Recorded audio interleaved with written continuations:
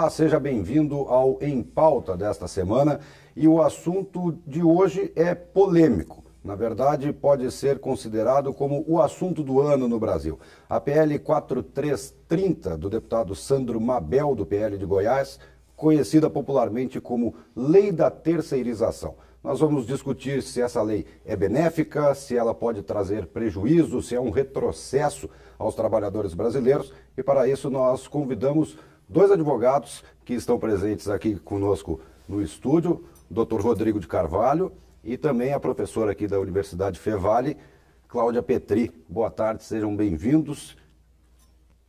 Primeira pergunta, avaliação pessoal de vocês, né, sobre esse projeto de lei. Tem benefícios e malefícios? É só benefício ou é só um retrocesso para o trabalhador brasileiro? Primeiramente, obrigado pelo convite. É um assunto que está em pauta durante já faz um bom tempo e a gente tem que saber realmente o que vai acontecer com essa aprovação da lei. Na minha opinião, como advogado trabalhista, tem os seus lados contra, ou seja, os trabalhadores perderão algumas questões de direito, algumas questões de até mesmo de baixo salário, ou enfim, mas também em relação ao lado do empresário, ao lado de indústrias, o valor, o custo vai ser mais baixo. Então, analisando a lei numa totalidade, tem lados bons e tem lados ruins. Basta a pessoa analisar bem. Mas eu acredito, na minha opinião, ter algumas diferenças que vai ser importantes na vida do trabalhador. Professora. Bom, também agradeço a participação, né, o convite para participar. Terceirização, como já disse o colega, é um assunto que já vem sendo debatido há bastante tempo. Eu acho que era preciso, sim, que nós criássemos uma lei, porque até agora o que nós temos de regulamentação sobre terceirização é uma súmula do Tribunal Superior do Trabalho. E súmula do tribunal, ela é, na verdade, o entendimento que os juízes têm sobre aquele assunto naquele momento. Então, qualquer mudança na corte, né, assumindo novos julgadores, nós poderíamos ter aí uma nova regulamentação através de súmula, que não é o ideal, embora hoje, no direito do trabalho, não sei se o Rodrigo concorda, nós temos várias súmulas fazendo o papel de legislação. Mas, especificamente, em relação à terceirização, concordo com o Rodrigo, isso vai ser, num primeiro momento, benéfico ao empregador, porque ele vai reduzir o seu custo, né? Mas eu temo muito a médio e longo prazo. Por quê? Porque hoje o trabalhador sabe, melhor dizendo, o empregador, ele sabe quais são as suas dificuldades. Ele sabe que ele tem quem são os seus empregados, ele sabe as suas condições de trabalho, ele sabe aquilo que ele está pagando corretamente e sabe aquilo que ele também não está pagando.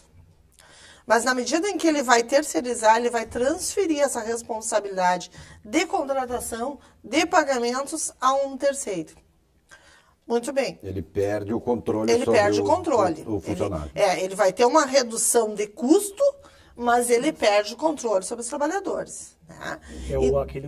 O passivo oculto que a gente comentou anteriormente. Né? Perfeito. O empresário, no primeiro momento, acredita naquela empresa que está terceirizando. Porém, aquilo ali pode ser uma bola de neve, ou seja, não estão recolhendo FGTS, não estão pagando INSS, as horas extras. Então, é aquele aspecto da responsabilidade solidária. Ou seja, caso não seja paga todas essas verbas, o trabalhador aciona pela Justiça do Trabalho e a responsabilidade será solidária. E essa responsabilidade passa a ser de ambas as empresas, da que contratou o serviço e da empresa na qual esse funcionário é contratado também? Sim, a responsabilidade passa a ser das duas. E cabe ao trabalhador escolher quem ele vai acionar. Ora, se aquele que é o empregador direto, o terceirizado, não pagou até agora as verbas, não tem condições, né? O que sobra para o trabalhador? Ele vai buscar daquele tomador de serviços, aquele que inicialmente teria mais e melhores condições para fazer o pagamento. Importante, né, doutor, salientar que a empresa que contrata uma terceirizada é obrigação fiscalizar. Não pode deixar aquela empresa terceirizada fazer o trabalho e não analisar as guias. tem sim que fiscalizar, por isso é responsabilidade. O empresário ele não passa a ser isento de culpa ou de qualquer problema que aconteça. Não. Acho que até o contrário, porque através da súmula que nós temos hoje, a responsabilidade é subsidiária. Ou seja, ele tomador de serviço, ele que contratou o terceirizado, ele só vai ter responsabilidade se o contratante mesmo do empregado não tiver recursos.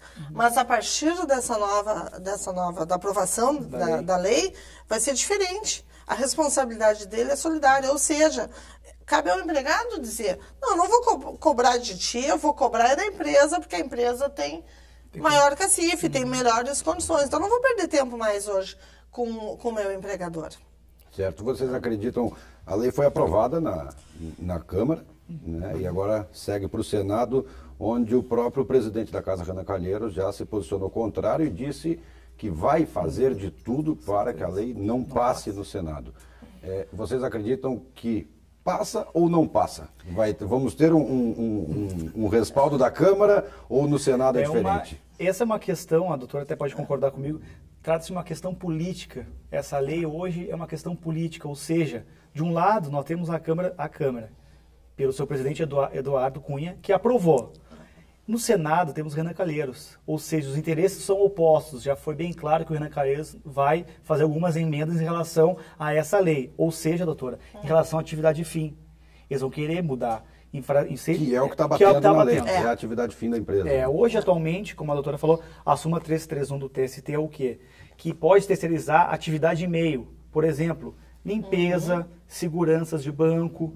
Essa lei que é o quê? Terceirizar todas as atividades da empresa. Por isso que é uma questão a atividade principal. Que é a principal atividade fim. Então, acho que isso aí também tem uma questão política muito forte. Eu também não consigo ainda ter um norte se vai haver aprovação ou não, né? Ao final disso tudo. Justamente porque isso faz parte de um grande acordo.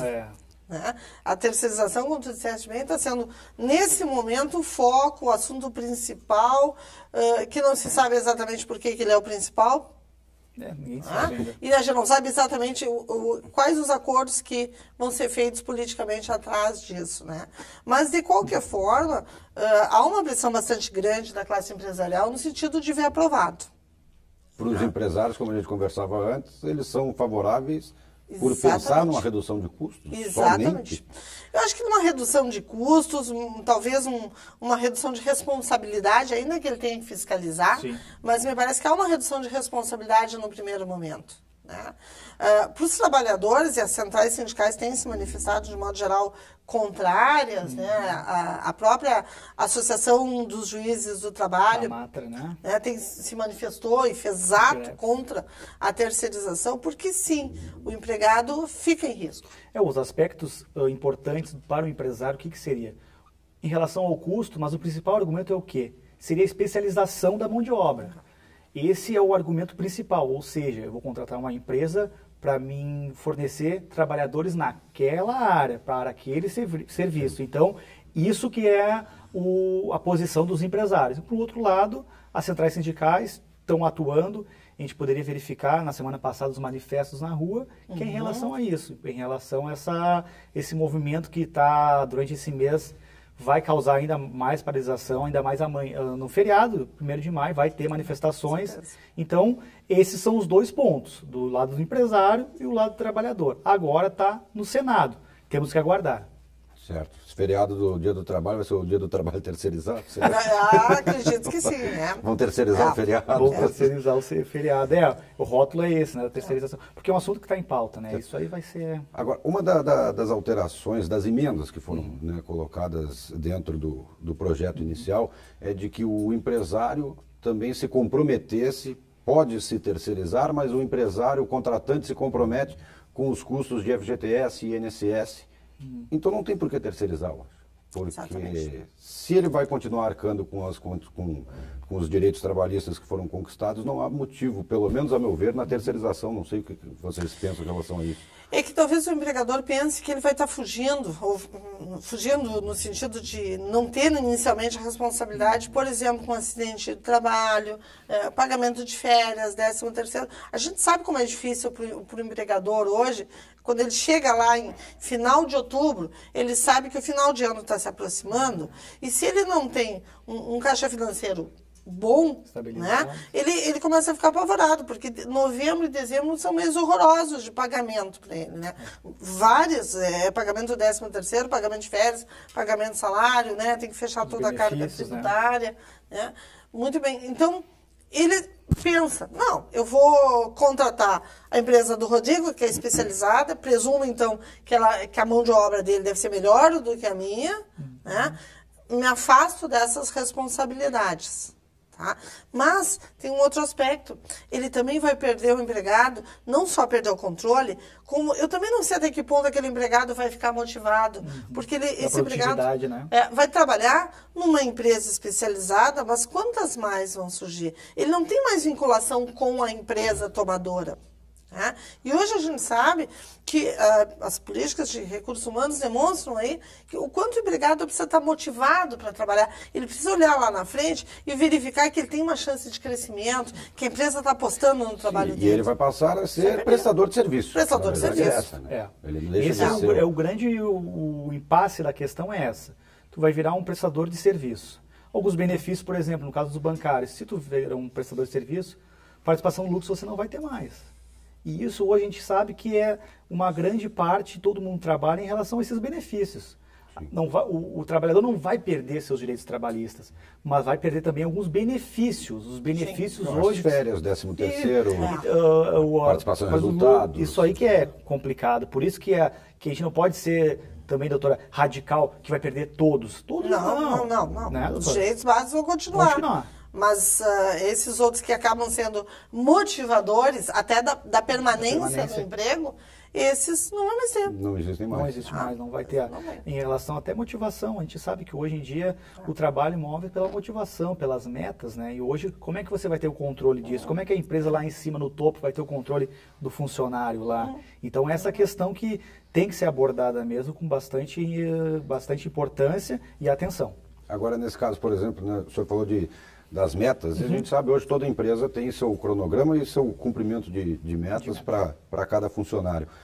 Facilita, no caso, para o empresário, porque ele vai continuar querendo bater metas, cumprir suas metas, e se esse trabalhador não atingir, ele muito mais fácil de ser dispensado do que se ele fosse um contratado.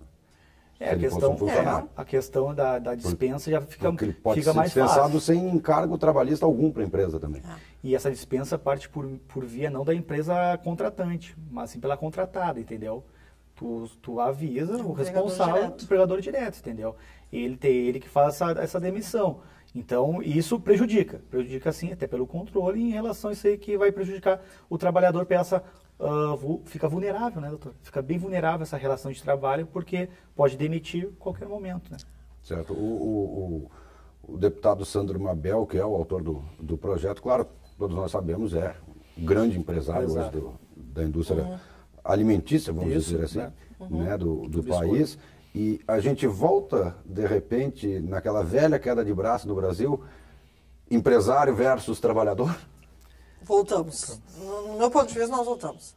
Voltamos a esse aspecto e que é uma mentalidade, me parece, até muito primária. Porque um depende necessariamente do outro e só o crescimento dos dois é que vai fazer com que o crescimento paralelo é que transforma o negócio num bom negócio, que rende lucros para empregado e empregador. Né? Então, infelizmente, nós voltamos. Mas um outro aspecto que eu acho que é preocupante também é a questão da quarteirização. O empresário, ele vai contratar uma empresa prestadora de serviços e ele, sobre aquela empresa prestadora de serviço qualificado, especializado, ele vai ter a responsabilidade de verificar se essa empresa está cumprindo bem com 13º, férias, enfim, com todas as obrigações em relação ao seu empregado. Mas ele não sabe se aquela empresa prestadora já não está contratando outras empresas para lhe auxiliar na atividade. E aí a gente chega na quarteirização. E essa o empregador não, o empresário pouco vai ter acesso. Doutor Rodrigo, quer falar sobre? Essa quarteirização, como a gente comentou anteriormente, né, é uma questão que a empresa que contrata não vai ter o controle. Então, eu posso fazer, entre aspas, não é uma terceirização, eu posso contratar uma empresa que intermedie a relação de trabalho. Então, esse também é um risco, entendeu? Para a empresa que é contratante vai ter esse risco. Também o risco oculto, aquele que a gente conversou anteriormente. Então, esses são aspectos que têm que ser debatidos para a sociedade saber, o trabalhador saber o que pode acontecer. Certo. Vou fazer um pequeno intervalo aqui agora para a gente dar uma descansada, dar uma respirada. A gente vai chamar um intervalo e daqui a pouco a gente volta e vamos seguir nesse assunto, nesse debate sobre a PL 4330, popularmente chamada de Lei da Terceirização. Não sai daí.